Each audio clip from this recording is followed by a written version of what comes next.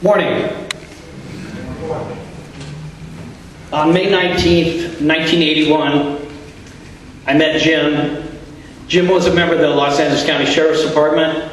He worked the early morning shift, which is the graveyard shift, and was a dispatcher. He was 31 years old, two weeks before his birthday.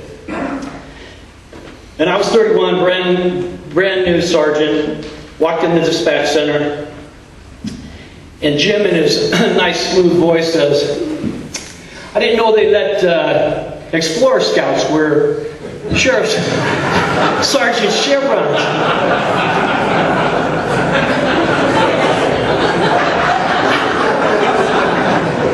So he got about that good of a laugh from the people that were around, and I said, "Really?" I said, "I didn't know they let old, over-the-hill reserve sheriff sergeants or reserve sheriff's deputies work the night shift at Carson Station." So he looked at me for a minute, and then he got up and he extended his hand. He said, "Jim Kaylor," and I said, "Jack Jordan, nice to meet you." And I've been Jim's friend for 35 years. He's a lot of things, like the gentleman before me have said. When I got the call, I started thinking about a lot of times. One of the funniest things John DeBeth said was, I actually figured out how many days I've known Jim Kaylor, and it works out to 12,775 days. And he insulted me by saying only a commander would know that. I said, "No, I actually went to high school." But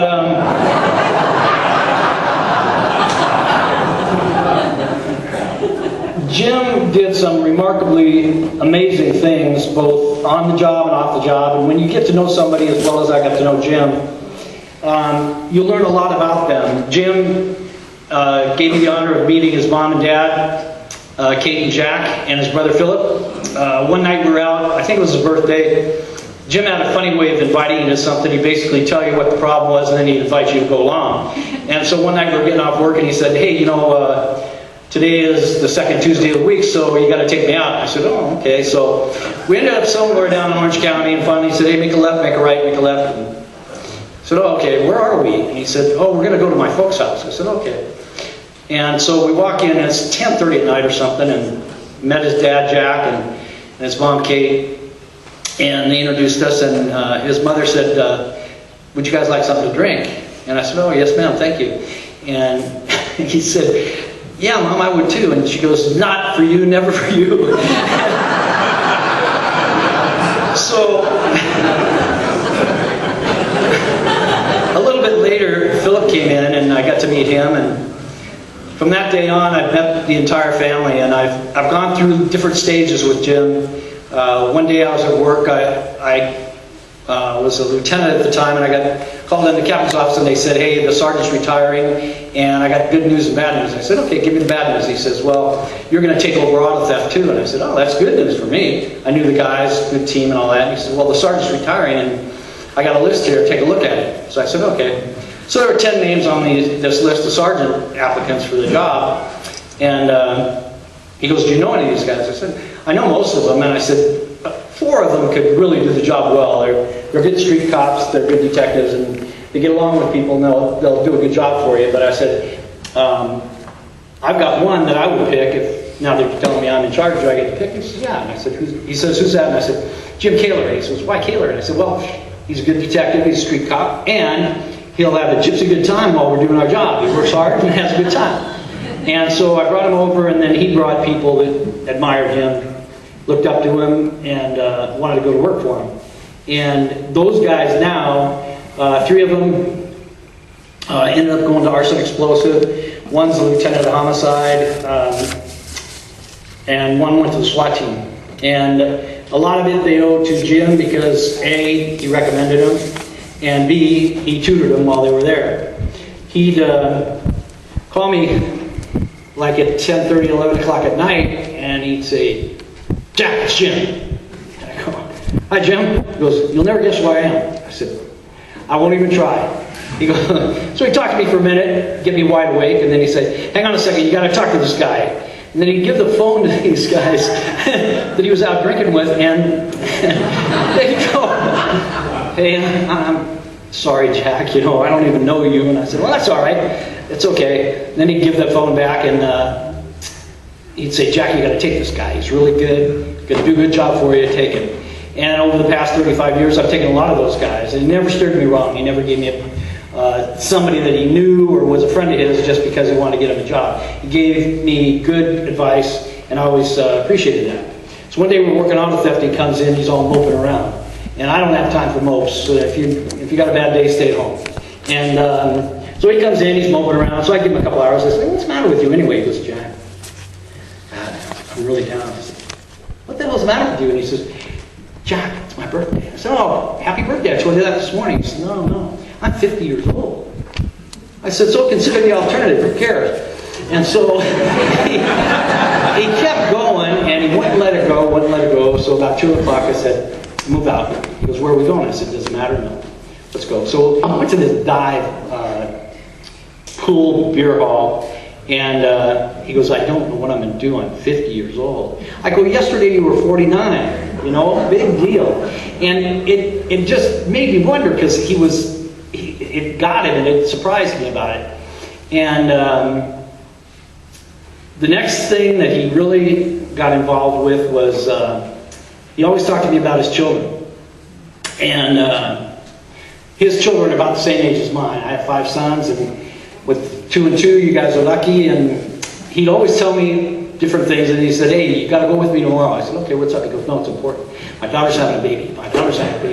Okay, so we drive to, I think she had the baby in Maine. It was like all the way across California. So we end up, and just before we get there, he says, Jack, you know what this means? I said, yeah, we got here finally. And he says, no, I'm going to be a grandfather. I said, yeah, congratulations, that's awesome. He got to know the kids, and if you saw this side of Jim, it's kind of different than some of the people got to know him. Jim had a switch. If you know Jim well, you know he has a switch. And he could flip that switch, and he could instantly go from 0 to about 150. And I always felt it was kind of my job to kind of hold him back when he was at that stage of his life, because he would get angry very quickly. He, like I said, he was very dedicated to the people. I tried to think of a lot of adjectives to describe Jim. They mentioned his Marine Corps. Obviously, Semper Fidelis means always faithful. The Coast Guard's motto is Semper Paratus, which means always ready. Jim was that. He was always ready. He was always faithful.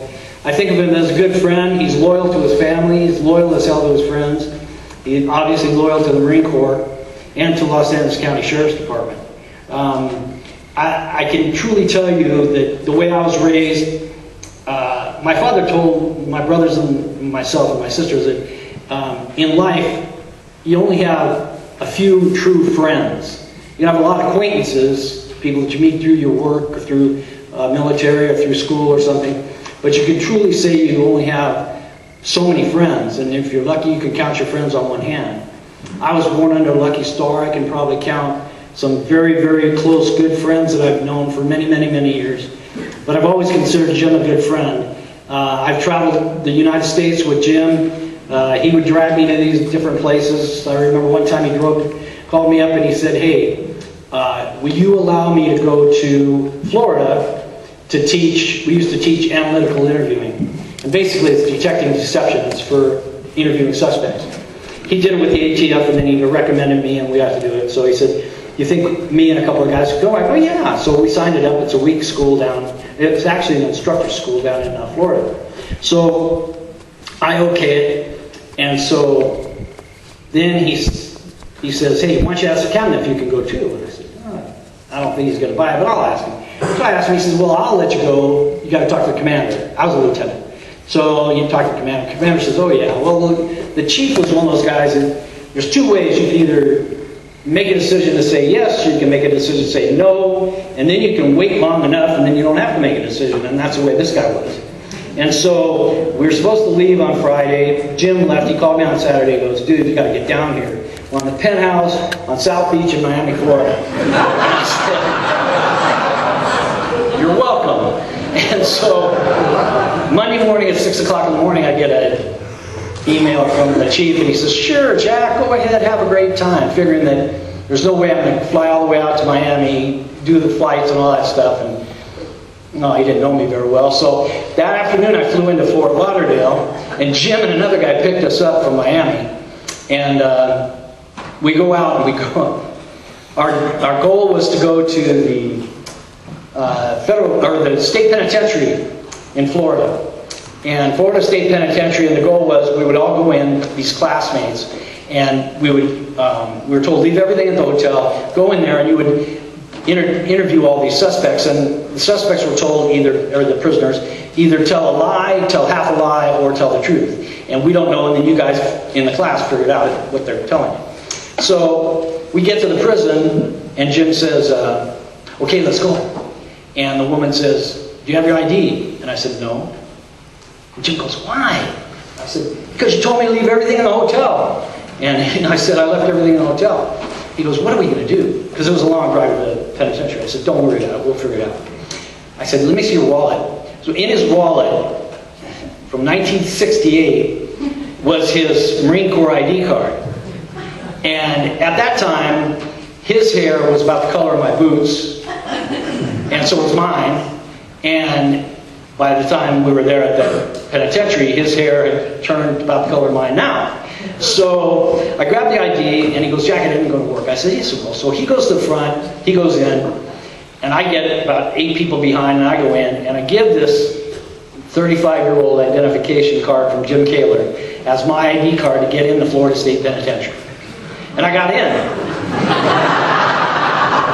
And as you can see, I got out, which is even better.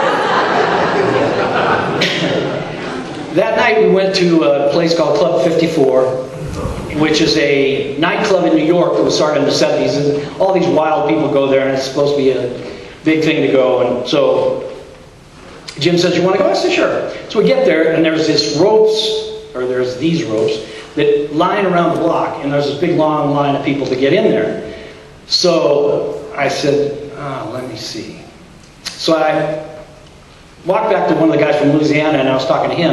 When I get back, Kaylor says, Jack doesn't stand in lines. He's not going to make it. He won't make us wait.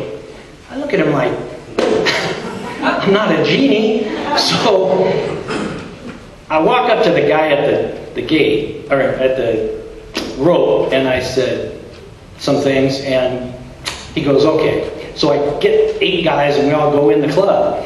But Kaylor has to have the last word, so when we go by the bouncer, who he apparently had words with, didn't tell me.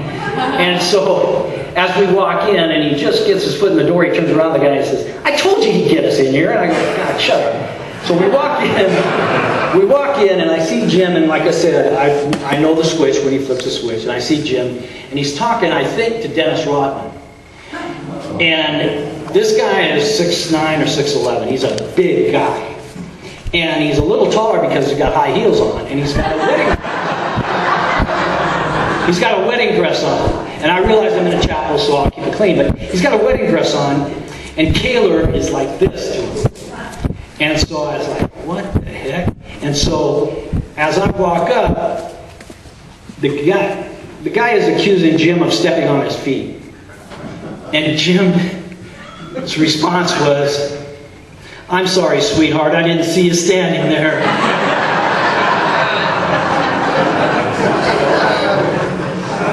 Like I said, 12,775 days. I could speak for hours. There's a time limit. But I guarantee you, I had some of the most fun times in my life with him. And I'd pay to do it. I would pay to do it. God bless you.